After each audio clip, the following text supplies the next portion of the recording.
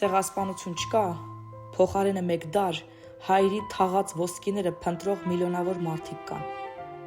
2017 թվականին ահա այսպես է հեգնել թուրք մտավորական գրող հրապարակախոս Հիլալ Նեսինին։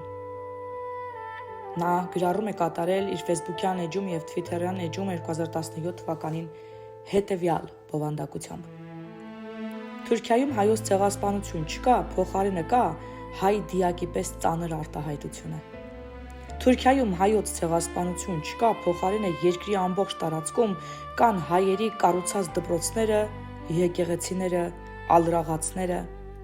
Թուրքիայում հայոց ցեղասպանություն չկա, փոխարենը մեկ դար շարունակ հայերի թաղած ոսկիները փնտրող միլիոնավոր մարդիկ կան։ Հայ լինելու համար սպանված Հրանտ Դինք կա,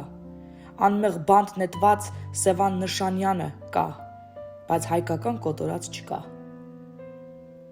Այս գրությունը գրելուց համար քիչ անց ինձ անձնական նամակով վայդու հայի սերմ, հայի բիջ գրողներ կլինեն, սակայն հայկական կոտորած չկա։ Սովորեք ապրել առանց կեղծիքի։ Հացրեք ինքներդ ձեզ, առանց կոտորածի ապրած գոնե 1 տարի, ունենք